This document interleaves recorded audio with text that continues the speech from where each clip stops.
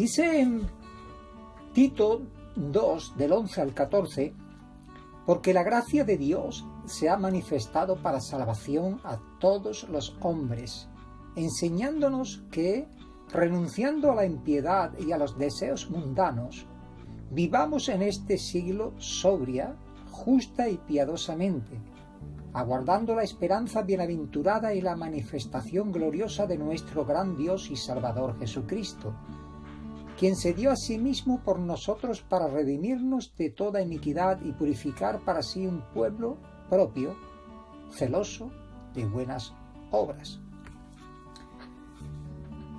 Dice el primer versículo, el que hemos leído, Tito 2:11, porque la gracia de Dios se ha manifestado para salvación.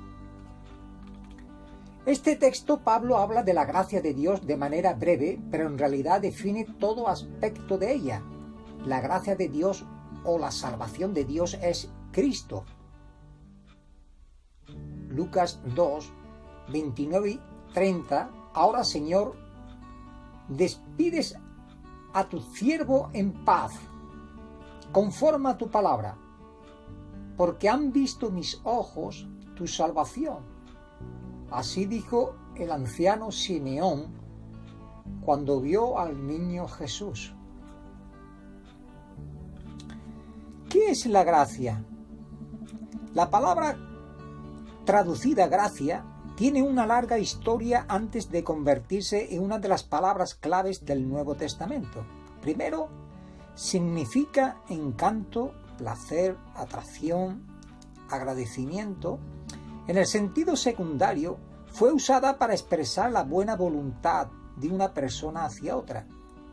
Es usada para expresar el amor de Dios a la creación.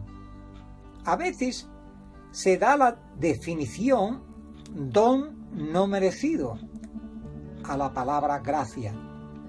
¿Qué alcance tiene? A través de los versículos leídos podemos ver su alcance, salvación a todos los hombres. El favor de Dios no es limitado, nunca lo ha sido, como dice Isaías 45:22. El Señor quiere que todos sean salvos y vengan al conocimiento de la verdad. Segunda de Pedro 3:9. ¿Qué puede detener la salvación? La voluntad del ser humano. Primero Timoteo 4:10. Si el hombre rechaza la gracia, no se salvará. Hebreos 3:12 y 13. ¿Qué nos enseña la gracia? La gracia no solamente salva, sino enseña. ¿Enseña qué? Primero, que hay que renunciar a los deseos mundanos, como dice el versículo 12. Para ello hay que romper con el mundo. Efesios 2:1 y también el versículo 5. Los cristianos no debemos amar a esta esfera de maldad, la cual Pablo llamó el presente siglo malo en Gálatas 1:4. Santiago dice: cualquiera que quiera ser amigo del mundo se constituye enemigo de Dios. Santiago 4:4. Segundo, debemos vivir en este siglo sabia, justa y piadosamente, como dice el versículo 12.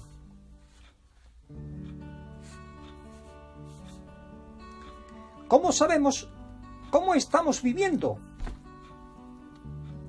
Bueno, lo podíamos ver, ¿verdad?, también en los Efesios, en el capítulo 5 del 1 al 8, Romanos 8:1. En tercer lugar, debemos aguardar la manifestación gloriosa de nuestro Salvador.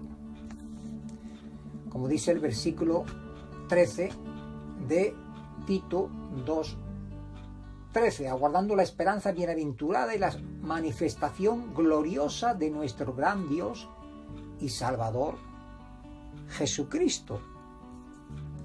Podríamos ver también en Colosas o Colosenses 3:4, la venida del Señor no es una suposición, sino que uno puede darse cuenta de la promesa en varias partes de la Biblia. Hebreos 9:28, Mateo 24:44. Sin lugar a dudas, este será uno de los acontecimientos del futuro. Si queremos ser sabios, debemos aprovechar el tiempo de gracia. Y hay una porción de la Escritura muy bella que se encuentra en Isaías 5, del 1 al 11. Romanos 3:23 dice: por cuanto todos pecaron y están destituidos de la gloria de Dios. Es decir, como hemos visto, ¿qué es la gracia? La gracia es el favor inmerecido de Dios. Es Cristo, es el Evangelio, es el perdón de pecados. Dios no quiere que nadie perezca, sino que todos procedan al arrepentimiento. ¿Por qué? Porque Dios ama a su creación, ama al mundo. De tal manera Dios amó al mundo que ha dado a su Hijo unigénito para que todo aquel que en él crea no se pierda, mas tenga vida eterna.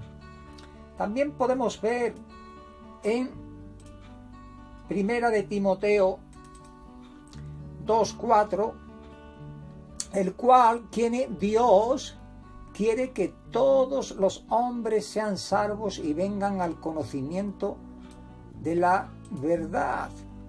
Y también podíamos ver en Segunda de Pedro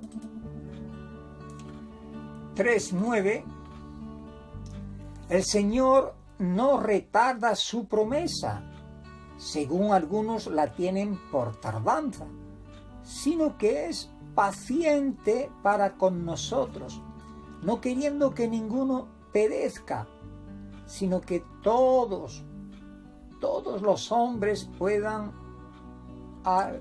o vayan al arrepentimiento. Bueno, aquí vemos, ¿verdad?, el carácter y el amor de Dios, como Él desea, en su gran bondad y en su gran amor, el amor de Dios, como dice también en Tito 3:4, pero cuando se manifestó la bondad de Dios nuestro Salvador y su amor para con los hombres, nos salvó. Qué bendición más grande, ¿verdad? La gracia de Dios es que Cristo se dio a sí mismo por nosotros. Nadie le quitó la vida a Jesús, sino que Él la dio voluntariamente, como lo vemos o podíamos ver en el libro de Juan, en la carta de Juan, en el capítulo 10, 17 y 18, y si me queréis acompañar, Juan 10, los versículos 17 y 18 dice así: por eso me ama el Padre, está hablando Jesús, el Hijo de Dios, porque yo pongo mi vida para volverla a tomar. Nadie me la quita, sino que yo de mí mismo la pongo, y tengo poder para ponerla, y tengo poder para volverla a tomar. Este mandamiento recibí de mi Padre. Está hablando Jesucristo, ¿verdad?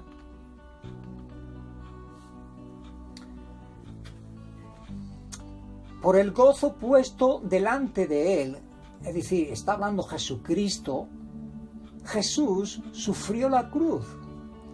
Dice, menospreciando el oprobio,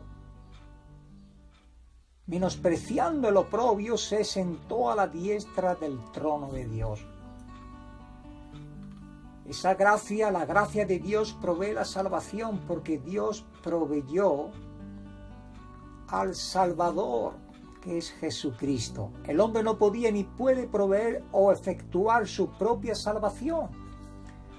no puede salvarse solo. Dios no nos salvó por obras de justicia que nosotros hubiéramos hecho, en ninguna de las maneras, ¿verdad? Podríamos ir a Tito, capítulo 3, versículo 5, dice, nos salvó no por obras de justicia que nosotros hubiéramos hecho, sino por su misericordia, por el lavamiento de la regeneración y por la renovación del Espíritu Santo. Es decir, aún los hombres más justos y rectos como Cornelio no podían ni pueden salvarse por medio de sus cualidades buenas, por la sencilla razón que todos hemos pecado, como dice, ¿verdad?, Romanos 22 y 23. Y habiendo pecado llegamos a ser pecadores perdidos sin Dios y sin esperanza, como dice Efesios 2:11. Bueno, mis queridos hermanos y amigos, la gracia de Dios se ha manifestado. Y se ha manifestado con el propósito de redimirnos de toda iniquidad. Al pecar el hombre se vende a sí mismo a Satanás. Pero Cristo pagó el precio del rescate para redimirnos y purificar. ¿Quién es Jesucristo? Nos purificó porque el pecado es sucio y los pecadores son sucios, contaminados, inmundos y no pueden tener comunión con Dios. Pero Cristo murió para purificarnos. Podemos ver algunos versículos como primera de Juan, capítulo 1, versículo 5, el versículo 6, ¿verdad? También podríamos ver en ese capítulo que el pecado nos separa de Dios y que Cristo pudo llevar a cabo la redención de nuestras almas, la purificación de nuestros pecados. Y si una vez de ser salvo y pecamos, tenemos para con el Padre a Jesucristo el justo, el cual dice que es quien, dice, vamos a primera de Juan,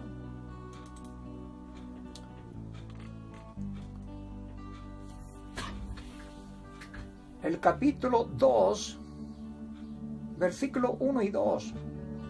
Dice, hijitos míos, estas cosas os escribo para que no pequéis. Y si alguno hubiere pecado, abogado tenemos para con el Padre a Jesucristo el justo. Y Él, ¿quién es Jesús? Es la propiciación por nuestros pecados. Y no solamente por los nuestros, sino también por los de todo el mundo. Amigo y amiga, por favor considera usted estas palabras. Considera de la gracia de Dios. Considera de ese favor inmerecido. Dijo un hermano que era aquello que tanto necesitábamos, pero que tampoco merecemos. Que Cristo murió por nuestros pecados, que derramó su sangre preciosa, porque sin derramamiento de sangre no hay remisión de pecados. Que fuimos comprados no con oro ni con plata, como dice el autor Pedro, ¿verdad?, en la primera carta. Que no fuimos comprados ni con oro ni con plata, sino con la sangre preciosa de Cristo Jesús, ¿verdad? Como un cordero, dice primera de Pedro 1:19. Vamos a leer también el versículo 18. Sabiendo que fuiste rescatado de vuestra vana manera de vivir, la cual recibiste de vuestros padres, no con cosas corruptibles como oro o plata, sino con la sangre preciosa de Cristo, como de un cordero sin mancha y sin contaminación. Es decir, el rescate, la redención de nuestras almas fue, ¿verdad?, la causa por medio del cual Jesucristo, el bendito Hijo de Dios, tuvo que derramar su sangre preciosa, porque sin derramamiento de sangre no hay remisión de pecados. Por eso, mis queridos hermanos y amigos, amigas, por favor reciban la gracia de Dios, acepten el Evangelio, que es poder de Dios para salvación a todo aquel que cree, y pueda usted beneficiarse de la gracia de Dios. Muchas gracias y buena tarde.